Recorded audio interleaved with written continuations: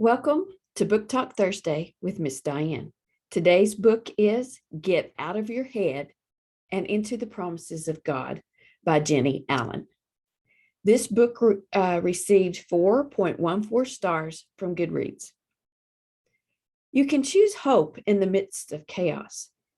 The visionary behind the million-strong IF gathering challenges you to exercise your God-given power to shift negative thinking patterns and take back control of your thoughts and emotions.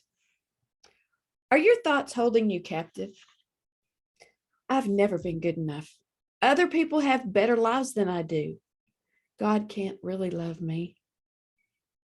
Jennie Allen knows what it's like to swirl in a spiral of destructive thoughts. But she also knows we don't have to stay stuck in toxic thinking patterns. As she discovered in her own life, God built a way for us to escape that downward spiral. Freedom comes when we refuse to be victims to our own thoughts and realize we have already been equipped with power from God to fight and win the war for our minds. In Get Out of Your Head, Jennie inspires and equips us to transform our emotions, our outlook, and even our circumstances by taking control of our thoughts. Our enemy is determined to get in our heads to make us feel helpless, overwhelmed, and incapable of making a difference for the kingdom of God. But when we submit our minds to Christ, and promises and goodness of God flood our lives in remarkable ways. It starts in your head, and from there, the possibilities are endless. I gave this book 5 stars. I'm going to show you my book. Let me see if it'll show up. Can you see? I have all kinds of stuff marked. I have sticky notes everywhere. I love this book so much. I bought my own copy so I could mark and sticky all the things I needed to remember and to go back and look at. I tend to have a very negative mindset. I prepare for the worst, so I'm surprised when it doesn't happen. It's not a good way to live life. You miss so many blessings and joys.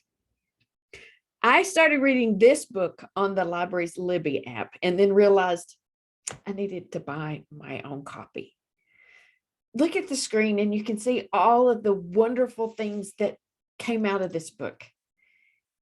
Instead of, I can solve my own problems, try, God made me to live known and loved. Conforming our minds to Christ is possible, and it is the goal for every follower of Christ. Real, connected, intimate time with Jesus is the very thing that grows our faith, shifts our minds, brings about revival in our souls, and spreads to others.